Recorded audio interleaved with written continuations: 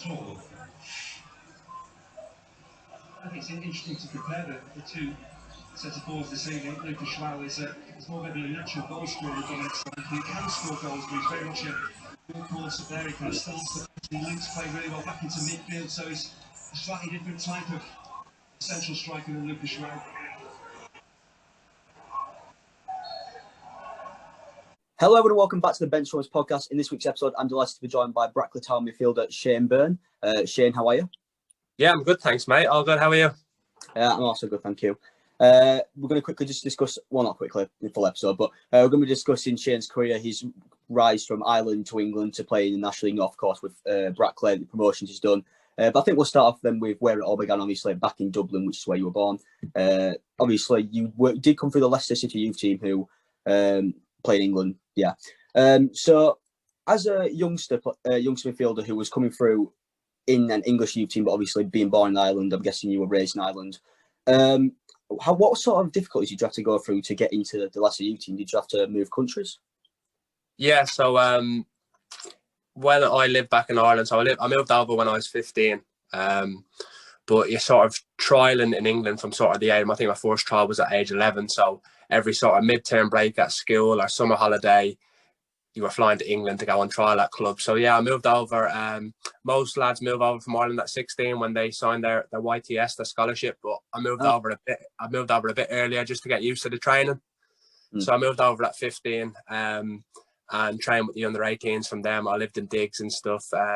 So the biggest sort of challenge I overcome was moving from a different country without your family. So all my family still live in Ireland. So moving over and sort of leaving them behind to go and start out trying to play football, that's probably the biggest challenge any kid from Ireland would face moving over. Yeah. And as you mentioned there, you went through quite a number of trials. Out of interest, what clubs did you have trials at?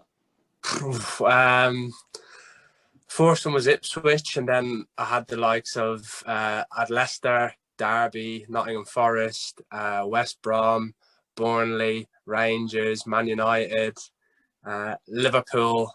Oh, wow, so there are quite a lot there. Yeah, a lot. Honestly, like we had a good team from my age group back in Ireland, the team I played for. So pretty much every school holiday you were at a different club. And sometimes it was choosing where you wanted to go. You'd have a couple that wanted to take you. So yeah, it was good. It was an enjoyable time. Yeah, how stressful did you find it having to go to so many trials, not knowing anyone there, and obviously coming back and then finding out whether you actually got into the youth team? It wasn't stressful at all, to be honest. Like I said, my first trial was 11, so it was sort of more exciting than anything. You know, you're just going over and you're just going to a different country to play football. Obviously, sort of the nervousness comes in when it comes to crunch time and clubs want you to sign. So I think when I was choosing who I wanted to sign for, I'd narrowed it down to Forest and Leicester. So not too far apart in both in the Midlands, but I narrowed it down to them. So trying to make the right decision for my career was probably the most stressful part. Yeah. And obviously you're from Dublin. I'm going to be honest, I'm not too sure on Irish teams or who plays in Dublin, but who was it that you support? Oh, I support Liverpool, but back home my team is Shamrock Rovers. Is that near Dublin? Yeah, that's literally, so where I used to live, the stadium's probably 2 minutes down the road. Ah, okay, all right. So when yeah. Sorry, go on. I've never been to Ireland, to be honest. I don't know where any of the teams are or anything like that. But obviously you came from a youth team, and I don't think we're Leicester in the Premier League at that point. No, so they're in League One when I signed, and that was probably the reasoning behind it. I thought if I signed for a team in League One, I've probably got a better chance of playing first team football there rather than signing for a Championship team or a Premier League team. I thought it's probably my best route to first team football, but they quickly got promoted. Ah, okay. So I previously want to interview people, and they've come through the youth ranks at an EFL club. They had to get the coaching badges while coming through. So do you actually have any coaching badges? Yeah, so I think it was probably compulsory at the time. Everybody had to do the level 2. It was part of your YTS, so everybody did that. And then I think last year I passed my UEFA B licence, so I've got that as well. And we'll look probably to do my A licence before I'm 30. Something good to have, something good to be involved in. Like I wouldn't want to step away from football, so I think it's probably important to do if you enjoy the football. If you enjoy football as much as I do, like. Yeah. Obviously you're on 27, but would you have any interest in going into coaching when your playing career does end? Yeah, definitely. It's probably the most natural route for me. I'm not really interested in much else. So yeah, definitely, I'd love to do it. So whether it's starting with under 10s and working my way up, or going straight into men's football in the non-league setup, either or would do me. You know what I mean? Like I said, I love football, so doing it after my career finishes would feel like a natural progression for me. Yeah. And we usually see with coming for youth teams as well that you might be a certain position and they might shape you into a new position. Was you always a central midfielder? Yeah, always. I think when we were 7-a-side, I dabbled at playing at the back, but pretty much my whole career was centre mid. Yeah, obviously I think most centre mids try and play right back, but I've never done it. It's literally been centre mid, probably into a CDM, and now sort of more box to box. So the sort of positioning has changed a little bit, but yeah, always been a midfielder. Yeah. Was there any players in that Leicester youth team who have gone on to have a really good career? Yeah, to be fair, we had a really good youth team both years when I was there. When I was a first year and a second year, but my year, somebody like Jeffrey Schlupp, who's at Crystal Palace playing in the Premiership. Liam Moore, who's captain of Reading, he was another one in our youth team. And we had someone like Ellis, who plays for Brackley with me. He was in my youth team. So I've known Ellis like 11, 12 years. And some other lads have gone on to play and make careers in the EFL, like Ollie Norburn, who's at he's at Shrewsbury, and George Taft, who's at Bolton. So a few lads had. And I think, to be fair, the coach at Leicester, Steve Beaglehall, has a good track record of making players stay in the game. He's an excellent coach, and he's tough on you. So he sort of prepares you for what's to come in men's football. Yeah, definitely. And when sort of moving on from Leicester, then obviously your first sort of professional move came when you joined Bury on loan. But I noticed that you actually withdrew from the Island of the 19s to join Bury. What was the thinking behind that decision? Obviously, playing for your country is probably one of the biggest honours you can have. But at the time, I played for under 15, 16, 17s and 19s. So I had to think about what was going to progress my career more. And I just thought, going away and playing for Ireland in a couple of friendlies, or missing out on a month's loan move to a League One side, it was like, which one's gonna benefit me more? And to be fair, it was an easy decision, because I think the loan move would have passed if I had gone on international duty. I'm not sure. I think they needed somebody pretty quickly. So it was an easy decision, to be honest, and it was just about what was the best move for me at the time. Because if I'd have passed it up, I probably wouldn't have any league appearances to my name. So for me, it was definitely the right decision. Yeah, and in that first year at Bury as well, you played under Richie Barker. He's going to become more of an assistant manager since leaving Bury, but as the first sort of manager to take a chance of you at a professional football club, how good of a feeling was that?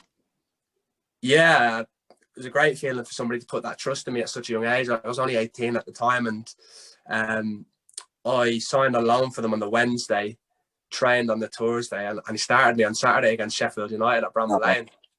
So, and then the next week we played Rochdale at home. It was a local derby, and he pulled me in the office on Friday, and he was just straight up with me. He said, "Listen, I'm going to drop you tomorrow. You did nothing wrong, but I need to go with a more attacking formation." And just somebody to be honest and upfront with you about that. He ended up bringing me on at half time and sort of put a lot of trust and faith in me, and like something I can't repay him for, but I've obviously spoke to him since then. I've played against him as an assistant manager and just told him how grateful I am for the opportunity he gave me and the experience he gave me. You know, just that for somebody to have that trust in you at a young age is it's very rewarding.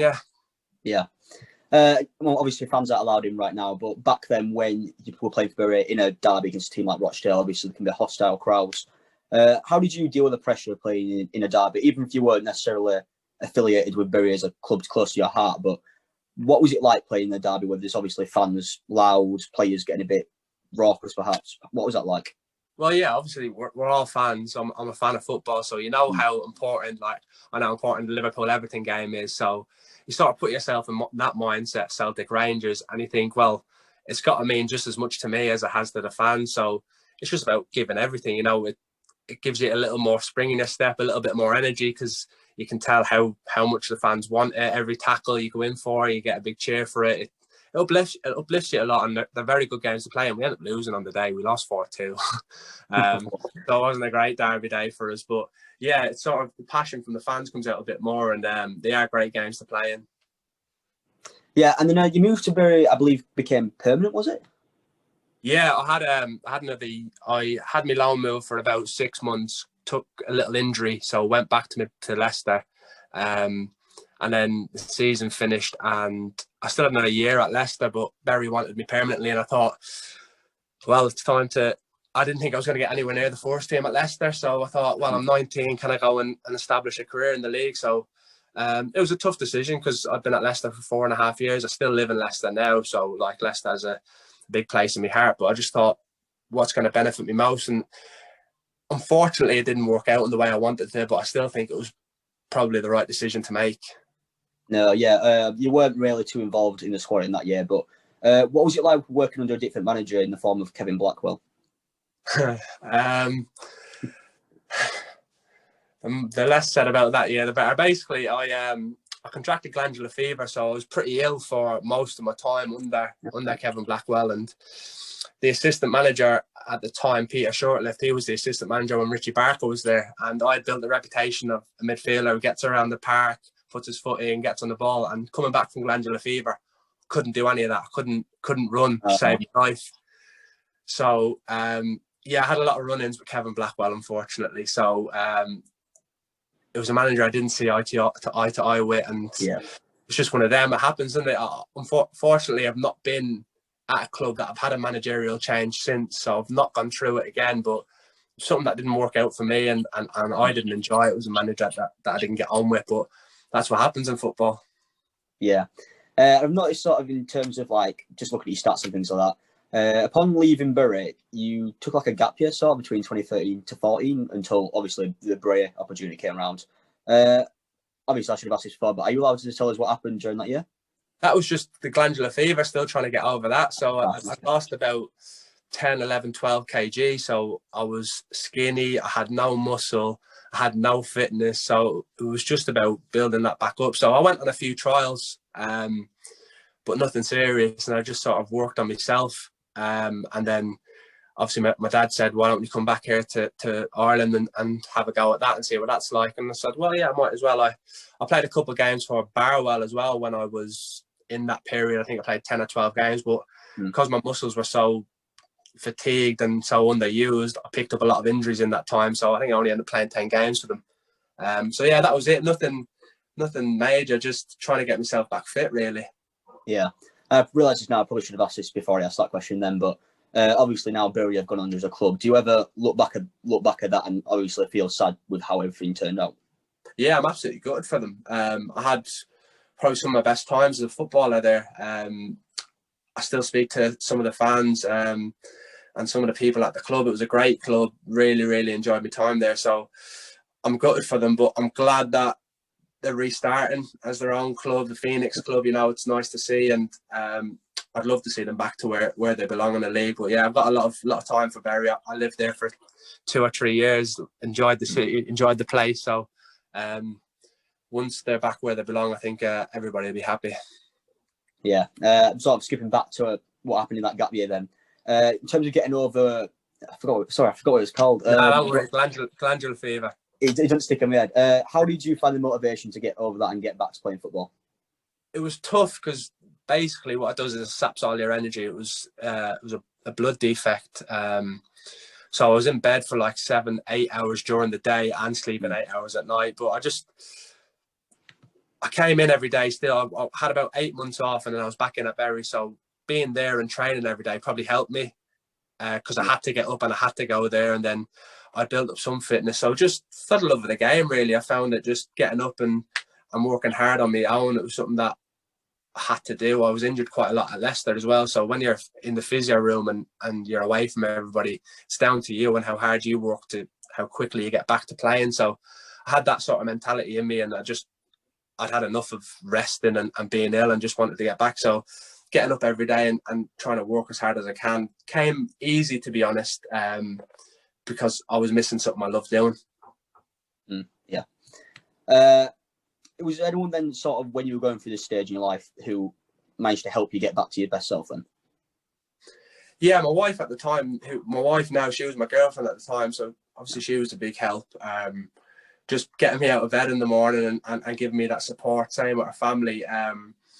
When I'd left Bury, I'm only in this country basically because I'm married to her. I'm still here. Our family took me in, gave me a place to live and stuff. So she and they were a massive help into getting me back on my feet, really. Yeah. So how did the Bray Wanderers opportunity come about then? Was it just a series of like a trial or? Yeah, so I mentioned earlier, my old man had said, like, why don't you come back here and just see what it's like? So we drove over on the ferry in January. Ireland, the Irish season is the summer season, so it's March to November. Okay. So I played a few games for Barwell, so my fitness was getting back. So yeah, it was basically pre-season over there. So pre-season, I did some trials at Shamrock Rovers and then Bray, and sort of like Bray turned out to be a better fit for me. So I ended up signing there, and that was it really. Yeah. You mentioned sort of before there with your girlfriend/wife. How difficult was it for you to obviously move to Ireland? Because did she come along with you? Yeah, she came with me. She was very supportive of the decision. I think she knew what I gave up to move over here, and I think always in our minds it was a short-term thing. The goal was to move back to play, to get back to England. So she was happy to move over at the start, and we enjoyed our time there. Like, it was nice to see my family so regularly. Obviously, living away since I was 15, I don't get to see them much. So that part of it was nice. But yeah, she was straight on the ferry and had no qualms about moving over, which was nice. Yeah, that's good. Yeah. Then obviously you did opt to move back to England and join Corby Town. What was sort of thinking behind that? Obviously, like you said before, you want to get back to the English game. How did like the Corby opportunity manage to come around? Well, like I said before, the Irish season's in the summer. So in June or something, I think it's June or July, they have a 2-week break. And I had to bring my car over to get MOT'd and serviced and stuff like that. So we drove back over and to see my wife's family. And to be honest, I wasn't enjoying living back in Ireland. I'd built sort of like a life away. I was very mature for my age, and I've lived away my family for so long, and I was back living with them. And I think we started getting on each other's nerves, and the football sort of thing wasn't going as well as it could over there. So I just ended up ringing the manager at Bray and just saying, like, I think it's probably best if I stay over here, and told my family, and they were happy for me to do it. And Tommy Wright obviously was the manager at Corby at the time, and he used to play for Leicester. So I had a Leicester scout ring Tommy and just see if I could play a game, just to get me fitness again. Like I said, it wasn't necessarily a thing that I was going to do. I probably had ambitions of going somewhere higher up, but I played a pre-season game for them against Nottingham Forest, and then they were like adamant that I sign and continue playing for them. And I sort of held off at the start, but yeah, I was happy to sign, and I enjoyed my football there. Yeah, were you ever like a bit conscious about moving to Brackley, because obviously played League One with Bury, the Irish highest sort of division with Bray. Were you a bit conscious about dropping far down the football ladder? When I first left Bury, I had a few trials. I could have had a few trials at National League clubs, and I sort of turned my nose up at them because I didn't know a lot about non-league football then. I was naive. I was young. I thought, oh no, I'm better than that, I would say.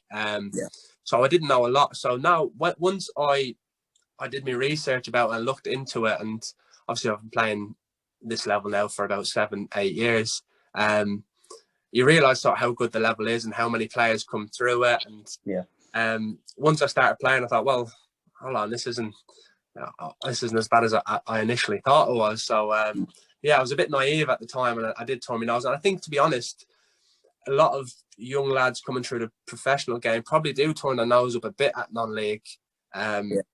But the coverage it gets from the FA Cup and how well teams do in the FA Cup now, I think people starting to realise sort of what a good education you can get from non-league, and it will send like kids in good stead for the rest of their career.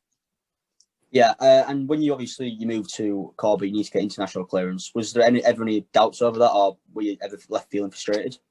Yeah, a little bit. It was frustrating at the start because I ended up missing the first 2 or 3 games because of it. So yeah, it did hold it up a little bit. It wasn't too bad, but yeah, it did hold it up. I think I missed the Saturday, Tuesday, and then I was ready for the Saturday. So yeah, it stalled it a little bit, but the FA and the Irish FA are pretty good at it, so it didn't take too long. But yeah, I missed a couple of games, so that was frustrating. Yeah. And obviously Corby are also like a part-time team, so did you ever have to find like a second job whilst playing for them? Yeah, so it was my first ever job outside of football. I got a job at Aldi. Oh, okay. So yeah, I worked there. Shelves. Yeah, stacking shelves on the till, all sorts. Yeah, so I did that. So obviously I had to have every Saturday off for games. So to get the job, I had to work every Sunday. Oh, okay, on a Saturday and working on the Sunday. But yeah, I enjoyed it. It was good. I actually went back there and worked there in the first lockdown just to help out. But yeah, that was my first ever job, first ever interview as well. It was nerve-wracking actually. Are Brackley a part-time team? Yeah, we're part-time. Yeah, we're part-time now.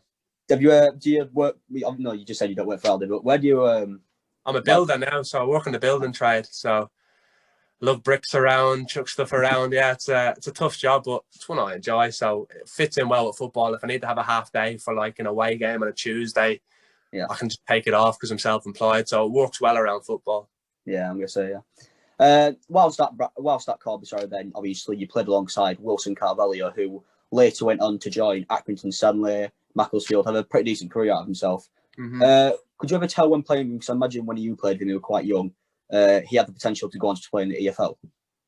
Yeah, he was a good player. I still speak to Wilson now. We're still good friends. To be fair, that team was very talented. We had a lot of good players. Him one side, Greg Mills the other, Spencer Ware Daly, ex Nottingham Forest, Notts County Pro, Cleveland Taylor, ex Gunthorpe. But yeah, we had a good side. So I think my job was to just let them go and win us the game. And I think he made it onto Soccer AM with some tricks and flicks and stuff. So it was nice to see his career progress and to see where he went and stuff. And obviously gutted for what happened with him at Macclesfield, but these things happen, don't they? But yeah, he's done well for himself, and I always thought he was a good player. Yeah. And with Corby, you also got promotion. I'm right in thinking this was your first promotion at a football club? Yeah, it was. Yeah. Won it on the last day of the season against top of the league. So Poole were top on 92 points. So we were second on 91 points. Oof. Turned out to play them the last game of the season. What score, it? 3-2. Oh, okay. Did you manage to get a goal, or did you just let the strikers do the thing? No, we went 2-0 up. So I was 0-0 at half time, went 2-0 up pretty early into the second half. And then I think they scored 2 in the 70th and 75th minute to draw it back to 2-2. And then we scored the winner in the 81st minute. It was my birthday that day as well. I turned 22 on that day as well. So yeah, it was unbelievable. I think Corby took 1,000, 1,200 fans down. Like, oh god, I didn't know Corby had good fans. Well, I think our average attendance for the season was about 525, and then all of a sudden we've got about 1,200-1,300 travelling to Poole. So yeah, it was unbelievable. One of the best days I've had in football. Yeah.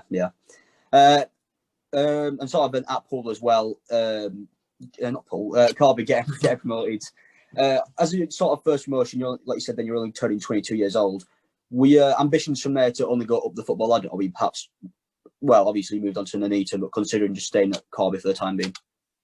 I wanted to stay at Corby. We had such a good team spirit. Like I absolutely loved my time there and the lads. And my thoughts were to stay there and continue with that team in the National League North, because I thought we would have had a good shot of at least staying in the league. But for whatever reason, the manager wanted to chop and change things. He wanted to move me out of position, and I just didn't think it was right for me. And then Nuneaton were full-time at the time, and I thought, right, I'm 22 now.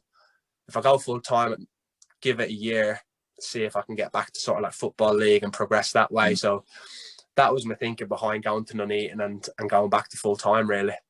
Yeah. Was it the same manager who you got promoted with that sort of changed things?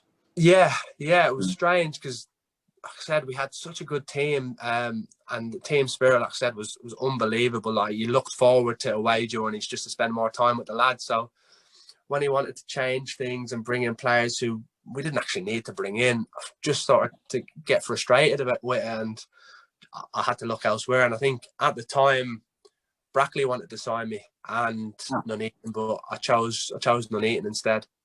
Yeah. What position did he want you to change you to? I think he wanted to play right side of midfield. Have you got the Not got the pace for that or something? Not got the pace for that, absolutely not. No flair whatsoever. And obviously at Nuneaton then, it's not the last thing on Corby here, but they did get relegated in that season. Did you ever feel any sort of like sadness towards seeing them go straight back down? No, it was good for them. I had a lot of time for the fans at Corby and the people at Corby, so I was gutted for them. Obviously, it looks good on me getting out and them not staying up, but yeah, I think I was the only one to leave that year, maybe. So 90% of the team was still the same. So I was gutted for the lads because I said we had such a good relationship. Yeah, and joining Nuneaton, then they'd obviously just got relegated from the National League, I believe, at that point. So did you ever feel like it would be difficult managing the expectations of a club that's just been relegated from a higher tier than Corby just been promoted? Did you feel it was more difficult to adjust? Well, I knew they were a big club. Obviously, they'd I think the season before they got relegated, they were top of the National League for quite a bit with the likes of Luton in it and stuff. So, but no, it didn't come into my head at all, really. I just knew the sort of culture they wanted to create, the full-time model and stuff. So, yeah, it was something that interested me. Like I said, I wanted to give it another go, playing full-time football. So I think at the time, they were one of the only ones in the National League North going full-time. So I knew the gaffer had sort of like a good record of moving players on from Ilkeston, the likes of Che Adams he had there and Ash Hunter. So I thought it probably the best chance for me to get another move. So it was a pretty easy decision, really. And sort of, I bet the fans didn't know what to expect because they went from a completely different way of thinking, from the part-time, a lot of experienced lad, to we went full-time. We had, I think the average age must have been below 25 easily. Yeah. And at Nuneaton, obviously, well, we mentioned at Corby, you played alongside Wilson Carvelli, but at Nuneaton you played just a few names: Elliot Whitehouse, now at, I think, Crawley, something like that. Joe Ironside at Cambridge, and John Smith, I think, at Nottingham Forest still. Yeah. Nottingham Forest, Nottingham Forest, yeah. Yeah, he is, yeah. Obviously, you had so many talented players in there who went on to play at a higher level. What went wrong in that season in not making the playoffs? Obviously, Nuneaton, I believe, were expected to get back promoted straight away, but what happened in not making the playoffs? Yeah, I think we started really well. I think we were sort of a surprise package because of the sort of youth we brought in. I remember going the first game of the season, we played Chorley away. Chorley had just lost in the playoff finals previous. And everybody knows how hard Chorley away is. And we came away with a 3-2 win. And then going into Christmas, I think it was between us and Solihull towards the top. And I think 60% of the former Nuneaton team had signed for Solihull. So it was sort of like a big derby game. And we ended up losing to them twice over Christmas. And I think we probably lacked experience, a bit of naivety because we were so young. We were coming up against teams like Boston who had a lot of experience. And I think they ended up pipping us to the playoffs. I think it was between us and them to get there. And we played them towards the end of the season. And I think they just had a bit more tactical nous, a bit more non-league about them that we did, and we tried to play pretty stuff, and probably in and around the winter probably started to dwindle off because the pitches got a little bit worse. So I think we just didn't have enough about us to make the playoffs, which was frustrating because we had a very good team. Yeah. And obviously sort of moved away from the Nuneaton, then they did eventually, after you left, went on to sort of go down quite a few leagues, I think. I'm not too sure what the league they're in right now, but it's below National League North anyways. Are you sad to see their sort of position? Obviously, when you joined them, they were pushing for playoffs, just being relegated from the National League. Are you sad to see them drop all the way as far as they have? Yeah, definitely. I think when I was there, the club was probably misrun in a way financially. I think they've come to cost them really. But yeah, I had a good year at Nuneaton, so it is sad to see. I think they're only in the league below us. They're in the central division. But they're a big club. I remember going there with Leicester and playing against them. Leicester first team against Nuneaton, so like that's sort of like what they used to drag in. I think it was 2,500-3,000 there. So yeah, it's sad to see where they are, but I'm sure I can see them coming back very soon. They're a big club, and once things get back to normal, back playing, I can see them coming back up to the National League North, definitely. Yeah. What prompted your decision to leave Nuneaton then for Brackley? Well, I still had another year on my contract. I had an option which I didn't know about, and I wanted to leave the full-time module to go part-time and get a job to save for a house and stuff. I wanted to sort of move my life on rather than football on. So that was the decision really. And luckily Brackley came in and so I think they had to pay a little fee for me. So they came in and got me out of a sticky situation I was in really, because I couldn't afford to continue playing and trying to save for life outside of football sort of thing. As a player, obviously playing non-league as well, you made several moves from Corby to Nuneaton to Brackley. How difficult is it as a non-league player to find like a new sort of club? Did you have like an agent who just threw your name out there, see who came back, or was it a case of you just messaging people you knew? No, I've not had an agent since I've been at non-league actually. Nuneaton, to be fair to them, sent a letter out or an email out to every club in the National League North, and National League South, I think even, and League Two, just saying players on the transfer list if you're interested. So I think the move came about that way. Yeah. And obviously that was my last move, Nuneaton to Brackley. I've been at Brackley for 5 years now, so I've not had to do that side of things yet. So that was it really. I couldn't really talk to anybody because I was still in contract, so they had to approach the club and ask permission to speak to me. So I really couldn't do a lot, to be honest. In terms of sort of, I've completely forgot what I was going to ask now. Sorry about that. All right, I'll just move on to Johnny Brackley. I have one more than Nuneaton thing, but I've completely lost it. Joining sort of Brackley then, obviously, joining the club who would want you to before, could you always tell that maybe you would end up at Brackley? Probably, yeah. I remember when Brackley were the only club in for me, I just thought, do I want to go there after turning them down? But they'd had a managerial change and stuff, so I just thought I need to make this decision. I need to get out and Nuneaton to better my sort of life outside of football. So and it helps that they were the only club in for me at the time, to be honest. So yeah, it was one of them. I think obviously I'd met people at the club and I'd gone down to look at Brackley previously, so I think they were happy to see me there eventually. Yeah. And obviously in your first year at Brackley as well, you played against AFC Fylde, who were had Danny Rowe up front, and I'm a Bradford fan, so he's just signed for Bradford, so I'm delighted about that. But in that year where you first faced AFC Fylde, he scored 47 goals, and bear in mind his closest compare was 28 goals with Danny Newton. Coming up against a player like Danny Rowe then at Fylde, how difficult of a task is that? Yeah, he's a very good, very, very good player. We played against him obviously previously the year before at Nuneaton, and my non-league knowledge was very poor then. Now it's excellent. I can tell you the majority of players who played in our league, but at the time at Nuneaton, I remember him chopping me, and I just thought, he was playing striker a minute ago, and I was in midfield throwing this chop at me. I was just thinking, who is this guy? But we ended up playing in my first season at Brackley. We played the first game at Fylde's new ground. Was it Mill Farm or something? Yeah, and we drew 1-1. I don't think he scored that day actually, but he did have a big chance. He had an open goal with just our defender on the line, and our defender ended up guessing right and heading the ball out. But I've never seen a man kick a ball as hard as he can. No, yeah, I was thinking that he hits it so hard. Just smashes it from everywhere. It's absolutely ridiculous, and he's got one of the best chops I've ever seen. And I think he's probably got every person who's played against him in non-league with that chop. He's a lethal finisher, absolutely lethal. Yeah. Sort of as a midfielder, then you played with several good players, especially at Brackley. I did a match report on your game against Tranmere where you're trained midfield up front, and I forgot the other striker who were really good. Liam Love. Yeah, him. Yeah. Does it help as a midfielder to have like a really good striker in front of you who you know can hit the back of the net? Yeah, definitely makes our job easier.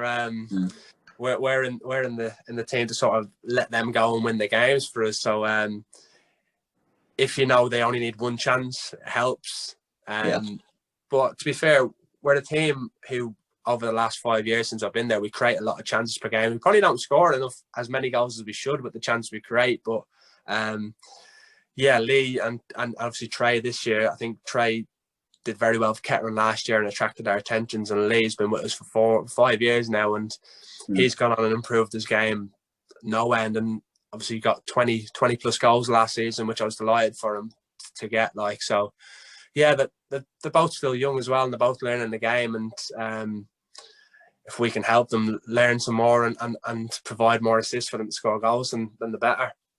Yeah. On your first year at Brackley as well, so I've kind of just gone back to that. All right.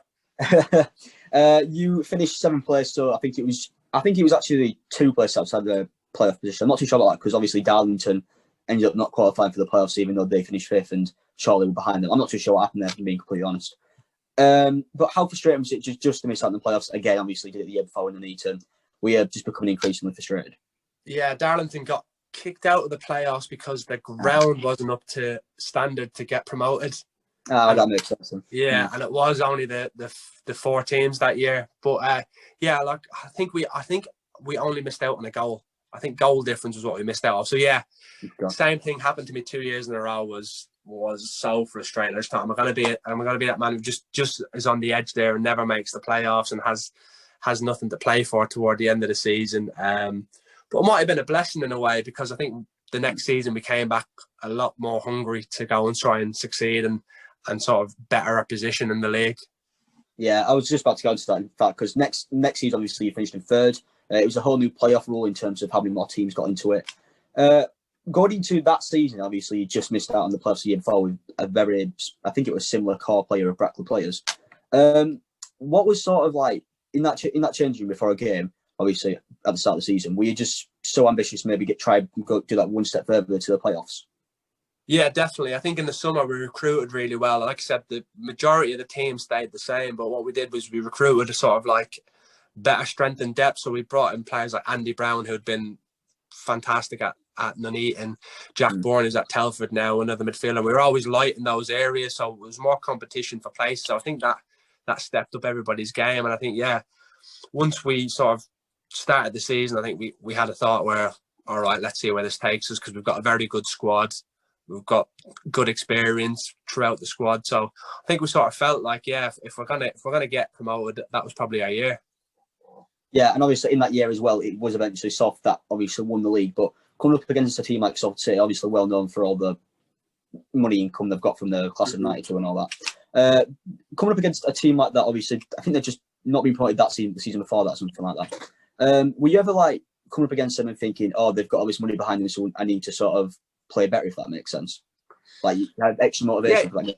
Obviously, they had the documentary as well. So, like, I remember talking to one lad saying, "Oh, here they are, the celebrities in non-league." Like, so yeah, you probably do raise your game a little bit, because I think the first time we played there in the first year, Scholes was there and Neville were there on the bank watching. So, I think you probably do a little bit, yeah. And I think that year, the second year, we beat Salford 4-0 in the FA Trophy, and then we beat them 2-1 at home as well. So, I think they knew that everybody would sort of raise their game because they were throwing money at it and because they had the documentary. So I think people saw them as a scalp, and rightly so. Look where they are now. They've done them no harm. But yeah, they were seen as a scalp. And I think other than League 2, National League North was the only league that they didn't get promoted out of straight away. So it tells you how tough their league is at the minute.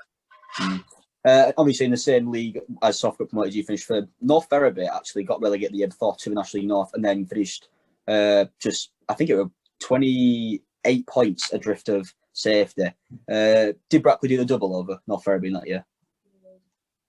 Yeah, quite convincingly as well, I think. Yeah, quite convincingly. It's sad to see, actually, because the year I was at Nuneaton, Ferriby got promoted. And they were a good side, and obviously to see what happened to them, quite sad to see happen to a non-league club. But I think once you get in that free fall, it's hard to stop. Like I say, relegated from the National League, then straight away from the National League North. Unfortunately, football holds no prisoners, you know what I mean? Like, we went there and seen, right, that they're wounded, we can go and win. I think we might have won 5-0 at their place and 3-0 at home or something. So yeah, it was a tough year for them. But obviously they've restarted up again, which is nice to see, and hopefully we come cross paths again soon. Have you seen North Ferriby's home kit for this season? I haven't. When we finish this, you'll have to Google it. It's one of the nicest kits I've seen. Is it green and white? It's sort of like, it's green and gold, I think, something like that. It's really nice, though. Anyway, in that same year, obviously, I'll get onto the FA Trophy and everything happened with that next, but you got to the playoff final. Obviously, you did that one step further to get to the playoffs, and you came up against Harrogate Town, where I believe it finished 3-0 Harrogate. 3-0 Harrogate. Obviously, after a game like that, getting, no offence, hammered in the final, what was going through your head as a player? Yeah, it's probably one of the worst days I've had in football. Yeah, it was horrible. You know, I think it sounds like I'm blaming the ref here. I think a couple of decisions went against us. They get given a penalty, which is harsh for a handball. But I think they just had that edge on us. They played at home on the AstroTurf, bit of an advantage, but they're a very good side. And fair play to them. We were beaten by a better team on the day. I don't think we turned up, but they certainly did. And yeah, the thing was, we had the FA Trophy the next week, so it couldn't really get too down about it because you had to sort of pick yourself back up and go. If that had been the season finished, I'd have been thinking about it all summer. And I'd been devastated all summer. But having the FA Trophy the week later sort of gave you a bit more motivation not to feel like that again, because it was horrible. It was horrible just having to stand there and watch them sort of achieve the goal that you'd set out to achieve. Yeah. It was heartbreaking, really was. Yeah. Well, got into that FA Trophy final then. Did you feel like perhaps you've already lost one trophy just like a week ago? You wanted that FA Trophy just all that bit more just because you lost that last trophy? Yeah, definitely. Definitely. It's one of them, like I said, you don't want to feel that feeling again. Yeah. And you don't want to go and play on BT Sport at Wembley, and you don't want to go to Wembley and lose. And I think that's how we all felt. And that year in the FA Trophy, we beat the likes of Barrow, Sutton, Stockport, Salford. So coming up against Bromley, who were National League opposition, so it didn't really faze us, to be honest, because we knew how good we were on a day, and we just knew if we could turn up, we'd have a real chance at winning it. And obviously turned out to be true. Yeah.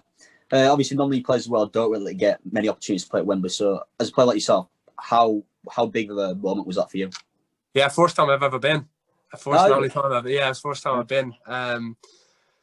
Yeah, it's sort of the pinnacle of careers, really, isn't it? Just walking out there and just taking it in. Like, the pitch had the FA Cup played on the day before, the FA Vase played on hours before, and the pitch was still immaculate. Yeah. And obviously to see how many fans Bromley brought, and then we brought 6,000. I think we brought like 60% of the population of Brackley or something. Yeah, it was amazing. We had a scorching hot day. Mum and Dad were over. My wife and her family came down. It was just a fantastic occasion, which obviously is looked back on fondly because we've won. But I knew one of the lads in the Bromley team who I played with for Ireland. So I was obviously sad for him being on the losing end, but if I had to choose me or him, I was always choosing him. Yeah. And I'll quickly get on to what happened with your penalty miss in a minute, but obviously the 96th minute equaliser for Brackley. Obviously in the 96th minute when you equalised against a team who were about to lift a trophy at Wembley, what's going through your head as you celebrate that? Well, initially I'm thinking it's not our day, because I've only watched it back twice, and we have a spell between the 50th minute and the 60th minute where we could score 11 goals. Like, second half, we just came out and just put them under the cosh, really. And you see us hit the post, keeper saving things, missing easy chances, and you just think it's not going to be our day. And then you see the shot rattle off the post from Lowy, and you just think, oh, here we go, that's it. And then I think it was relief. It was just pure relief. I don't even think I celebrated with the lads. I just ran to the crowd and just sort of like started celebrating with them, because it's stuff that is written in movies and you think, nah, that could never happen. Like, I think there was 16 seconds left on the clock. Oh wow, God! And we go in. So yeah, I think sort of I never felt tired during the game, to be honest, and I think that's probably why it just sort of lifted everybody. And even going into extra time, that was my 60th game that season. I played every minute of every game. I just thought I could run for another 90 minutes if I have to here. So it gave us a massive lift. Yeah, and I'm really sorry to put it up, but the penalty miss. Well, I mean, what happened there? I'd not taken a penalty since probably 5-6 years, but I was confident. I said, right, I'll go first, no bother, I'll get us off and up and running. And yeah, he saved it. What can I say? It's probably a nice height for him. He went early, to be fair, and got there. But watching the rest of the penalties after missing yours, honestly, I started standing up, and by the time Bugiel came around to take his 5th penalty and he had to score this to win, I was basically on my knees praying. And I was praying for somebody to go through the exact same thing I go through, because I felt horrendous. And I was just thinking, I've lost this the FA Trophy. This is going to play on my mind for the rest of my life. And obviously he goes and misses, and Glenn Walker stepped up, and I'm just thinking, oh my God, he has to score this to save me. And he puts it in off the post, and then they miss the next penalty, and we go and win. So to go from being on the cusp of losing and it being your fault to, I never think about the penalty missed at Wembley. Never think about it ever, because we won. Yeah. I think about penalties I've missed in other games more, because we've not got the 3 points, or we've drawn the game because I've missed the penalty. That penalty is right on the bottom. Is right on the bottom of the list of penalties that I've regret missing, because I don't care if I had to do it all over again, I'd miss again, because the outcome would be that we've won the game. So yeah, like I said, it's gone now. Don't think about it. I have no problem talking about it. We'll quickly move on then before come back to Vine. But did you get any sort of like banter in the changing room then, or people just joking about with you about obviously missing that penalty? To be fair, none of the lads said anything really. Oh wow.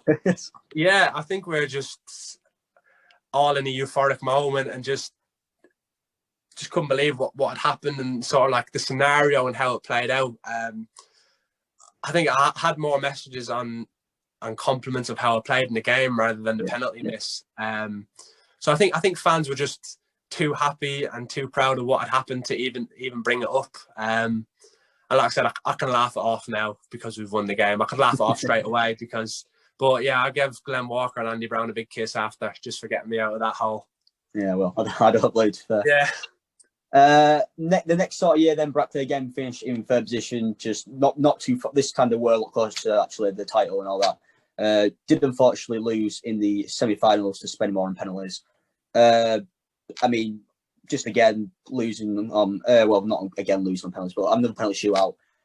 We again just frustrated not to maybe get promoted again this time. Obviously, I said again way too many times then, but yeah, we were. I felt we probably weren't as good as the season before in terms of the strength and depth, but we found a way to win, and we were very good that season again. But we had a couple golden chances in extra time to win the game, and I think there's one of the chances. I think when we miss it, you just see probably 9 of our 11 players just fall to the ground in devastation. Because once it goes to penalties, it's anybody's game, and we had a penalty to win it and end up missing it again. Did you miss it? I didn't know. I scored mine that day. I won't mention who missed it, but I scored mine that day. But yeah, it was just, I get on with a lot of the Spennymoor lads. I have a lot of time for them. I speak to them quite regularly, probably 70% of the team. So I was happy for them in a way, because I get on with them so well. But at the expense of us, I was gutted. But penalties are a cruel way to win and lose. So once you get into the penalty scenario, you sort of brace yourself that you can be on the losing side. So I dealt with it pretty quickly, but just to get there again and not get over the line was very frustrating, because again, I felt like that year we were good enough to get promoted. Yeah. Well, that kind of takes out my next question, because I was going to ask. Were you secretly glad when Charlie beat Spennymoor on penalties to get promoted? No. Did you want Spennymoor to? I wanted Charlie to win, so I didn't have to go to Charlie away the next season. But I wanted Spennymoor to win because I really got a lot of time for Jason Ainsley, who was the gaffer at the time. And like I said, the majority of the lads I'm quite pally with and I speak to. So for them to go up would have been nice. But like I said, I was happier not to go to Charlie the next year, because it's always a tough place to go. And obviously we'll move on to the 2019-20 season, where everything sort of just went wrong with the coronavirus. But before we sort of get on to what happened in the playoffs and everything like that and the Brackley season, how did you deal with the lockdown and sort of trying to stay fit? We're in lockdown 3 now. Lockdown 1 was all right, to be fair. I picked up an injury like 2 weeks before lockdown, so it came at a good time to me because I had time to rest. But I probably did more running and more fitness in that time than probably I would do in a normal season. I think my Apple Watch got the most work it's ever got. I was like running pretty much every day, on the bike every day. The weather was good as well, which helped. But you can't do anything for football fitness. So like my runs were getting quicker, but I knew once it came back to football fitness, it was going to be difficult. But it was just had nothing to do all day, so going out for a run, I was just quite. I was happy to get out of the house, so I would have went on 3 runs a day if I could have done. But yeah, it was just taking stuff that you'd done over the years and pre-seasons and sort of just doing them by yourself. And that's basically what I did. Yeah, and obviously in that season, everything were a bit out of proportion because of coronavirus. But Kings Lynn actually got promoted to National League at North and then straight away promoted to the National League. When you came up against Kings Lynn, did you ever misunderestimate them, if that makes sense? Sort of thinking, oh, they've just been promoted. They might have had a few good results, but they might not have as good squad quality as some other teams like a Chester have been relegated or something like that. Yeah, we only ended up playing them once that year, and it was pretty early. I think it was in August, and to be honest, we battered them on the day. We played 3-5-2 against 3-5-2. We drew 1-1, but possessionally and chances-wise, we battered them. And I missed the penalty in the 94 last kick of the game. I missed the penalty. I think you should just stop putting your hand up to take penalties. Yeah, I know, you're not wrong. But yeah, so that penalty haunts me a lot more than the Wembley one. But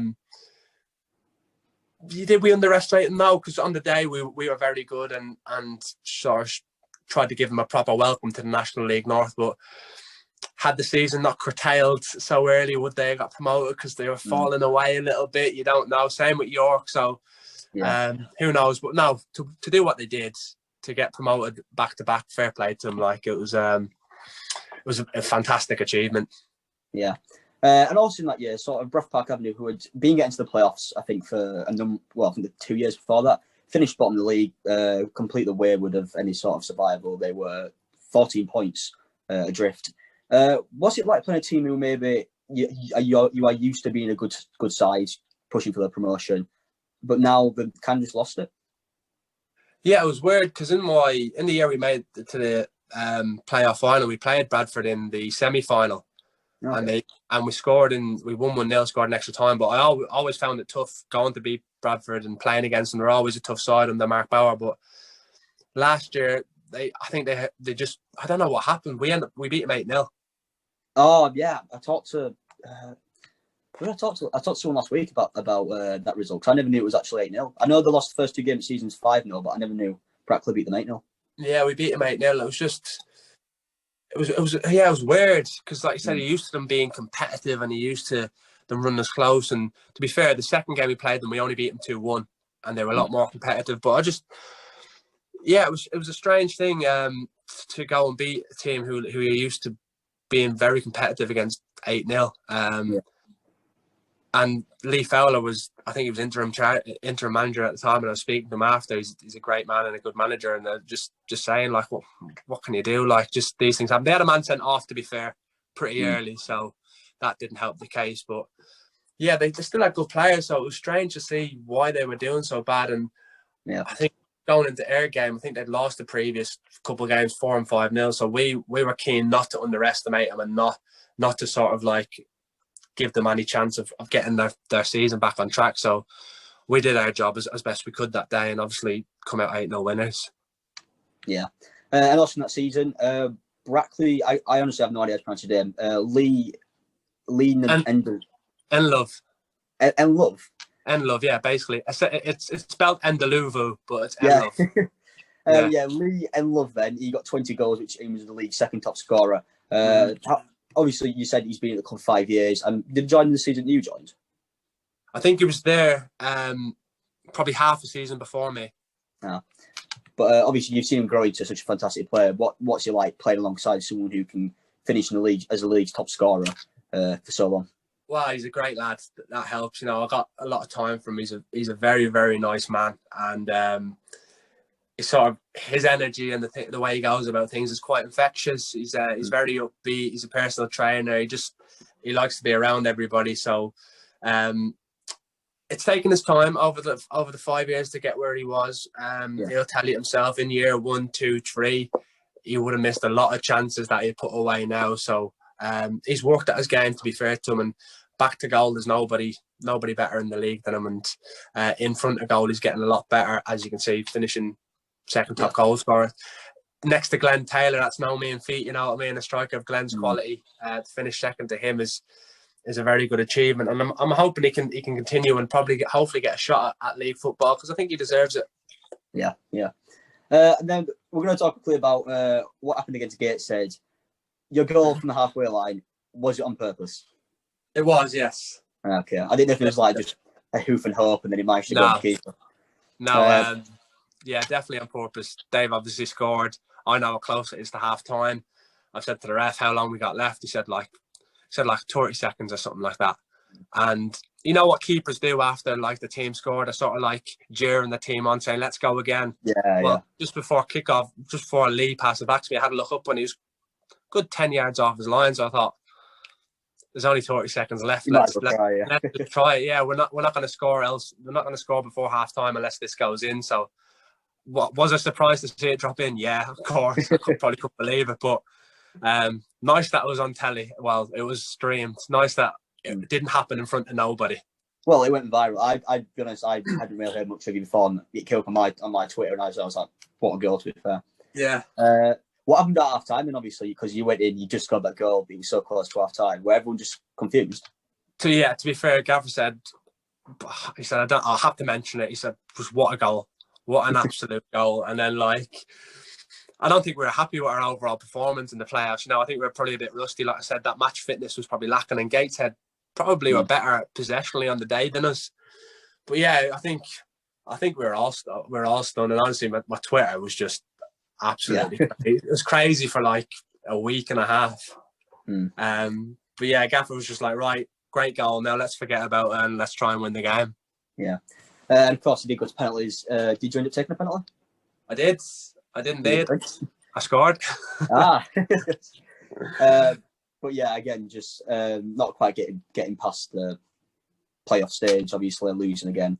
How gutting was it just to keep going for the same problem? Yeah, we're getting worse. We got to the final, semi-final, and then to the qualifier. So, yeah, again, like I say, penalties. It was a strange one that year because the season didn't finish. So, I finished in March and then we played in July. So it's a long time off. So it probably didn't feel as big a game as it was. You know, we don't have the fans there, sort of like knowing how important it is. So it probably hurt less than all the other ones did, but still frustrating to get there again and just lose. Like, that's 3 years in a row, outcome the same every time. So we just need to skip the playoffs and actually try and win the league instead of going through. Yeah, obviously we'll move on to the season then. With everything going on, it's not looking like that the National League North season will continue. However, what I did notice is that you've got 6 goals in 14 games this season, which I think makes you, I had this up, the joint 9th top scorer in the league. How does this feel, obviously, being a midfielder? I think you said before, more of a defensive sort of box-to-box midfielder to be, well, you joint with the likes of Ashley Hemmings, Jimmy Spencer, who's obviously striker for Faz, Paul Blackett. Just how good is it to have got that many goals and be up there with some of the league's main strikers? Well, yeah, I've got 7. I scored in the FA Trophy as well. So I've got 6 league goals, 1 FA Trophy goal. So I've got 7.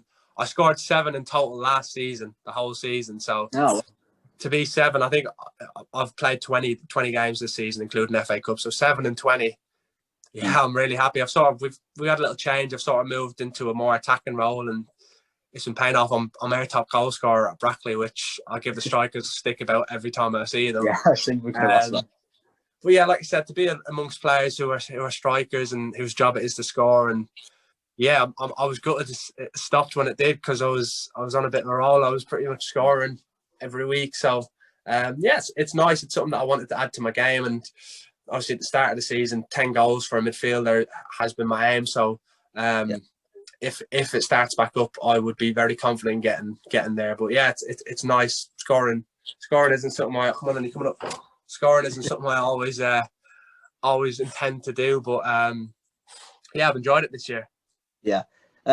So what's the secret then? Have you been practicing shooting in training or just in your back garden?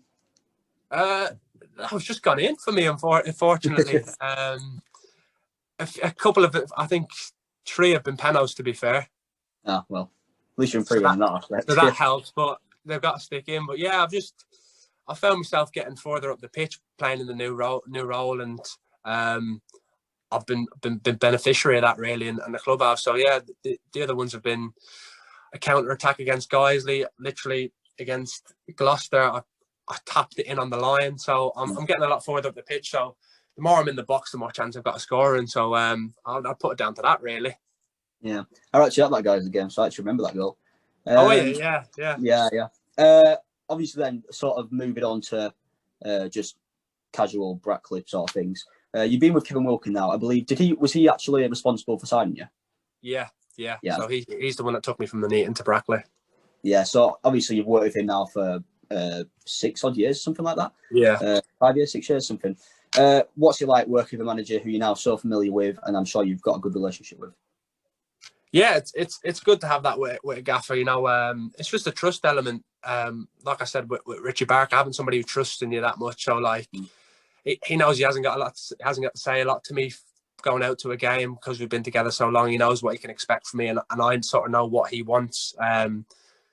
So yeah, having that sort of trust in each other, knowing that if he gives me everything, he'll get the same back. So the relationship's grown over the years, and sort of speak outside of football rather than just football. He came to my wedding last year, so we've got a good relationship, and sort of same with everybody at the club, like the assistant manager Mark Noon and David Staff, like got really good relationships with them, and I think that's probably why we've done so well over the years. We a bit like a family, we embed into each other, and we care for each other and enjoy spending time together. So I think that's been really important.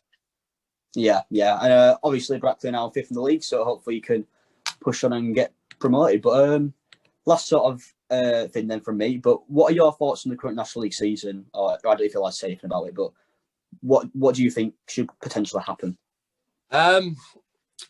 My opinion is that I feel safe playing football. And if our league continuing isn't putting the NHS at risk, or adding to hospitalisation of people, then I think it should continue.